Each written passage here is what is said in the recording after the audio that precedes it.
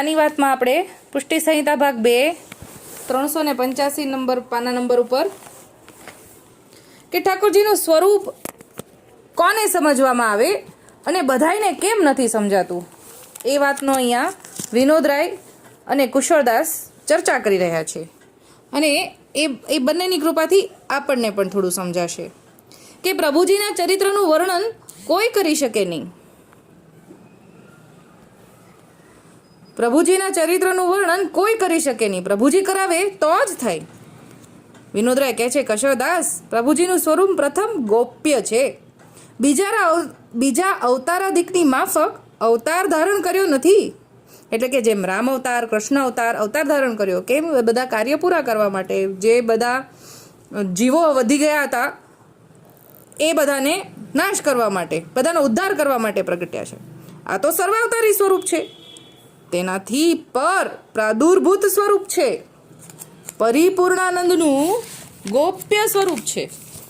જેને પોતાનું ચરિત્ર દેખાડવાની ઈચ્છા કરે તે જ જાણી શકે. એટલે કે જે આ ઠાકોરજી બધાયને ન દેખાય, બધાયને જણાવવા માગતા નથી ને જાહેર કરવા માગતા નથી. જેને પોતાનું ચરિત્ર દેખાડવાની ઈચ્છા કરે એને જ જણાય. અને તેને ચરિત્ર શા માટે દેખાડે છે? તે જીવ પૂરવનો રાસલીલા સંબંધી સ્વરૂપ સંબંધી છે તેવા જીવને જ ચરિત્ર દેખાડે છે. બીજાને પાસે હોય તો એ જાણ્યામાં આવે નહીં. એટલે કે ઠાકોરજીની આજુબાજુ જ્યારે ભૂતલમાં ઠાકોરજી હતા, બિરાજમાન હતા, ત્યારે પણ બધાયને ઠાકોરજીના તરીકે નહોતા દર્શન આપતા, બધાયને જાણ્યામાં નહોતા આવતા. જેમ કોઈ ધનવાન પોતાને ગોપ્ય સંપત્તિ બધાને દેખાડે નહીં, પણ પોતાની દેહ સંબંધી પુત્ર પરિવારને દેખાડે, તેમ પ્રભુજી પોતાના દૈવી જીવો જે પોતાના અંગ સંબંધી છે તેને પોતાના સ્વરૂપનું જ્ઞાન દાન કરવા માટે જ ચરિત્ર દેખાડે છે. એટલે કે ઠાકોરજીનું સ્વરૂપ એટલું બધું ગોપ્ય છે કે ઠાકોરજી પોતાના જ જનને દેખાડવા માગે છે, બધાય માટે નથી. એટલે કે આપણા ગોપાલાલ ગોપેન્દ્રલાલજી જમનેશ પ્રભુજી બધાય માટે નથી, માત્ર ને માત્ર આપણા જ માટે છે. ઠાકોરજીના શ્રીઅંગની સૃષ્ટિ માટે જ છે.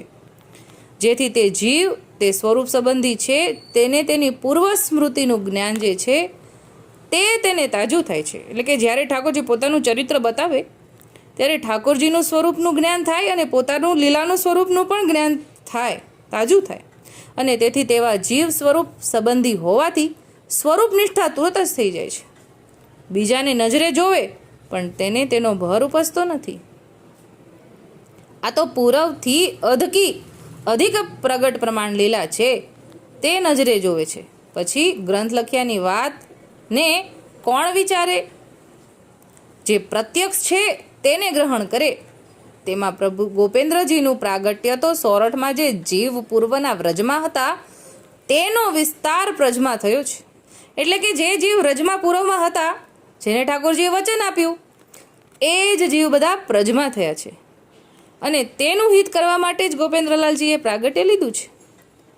તેને જ માટે પ્રાગટ્ય થયું છે, બીજું કોઈ કારણ નથી. જેથી તેનું કારણ કોઈને જાણવામાં આવતું નથી. એટલે કે જે પોતાના છે એને જ જાણવામાં આવે, કેવળ પોતાના નિજજનને ભજનાનંદનું દાન આપવા માટે.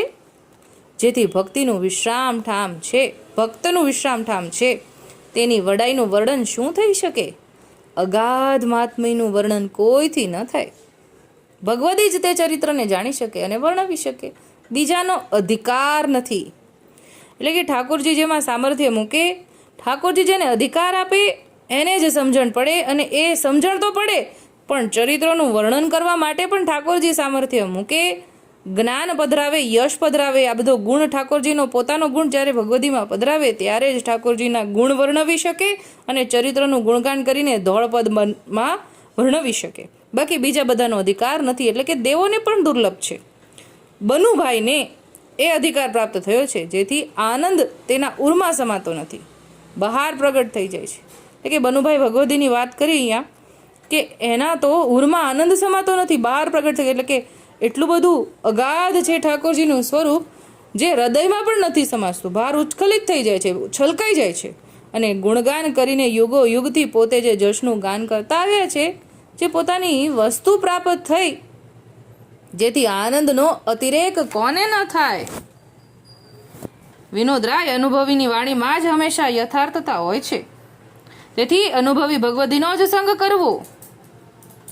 એટલે કે આ વાત ઉપરથી આપણને એમ જાણવા મળે છે કે ભગવદીઓની વાણીમાં સામર્થ્ય ઠાકોરજીનું છે, ઠાકોરજીના ગુણનું છે ને ઠાકોરજીના સ્વરૂપનું છે.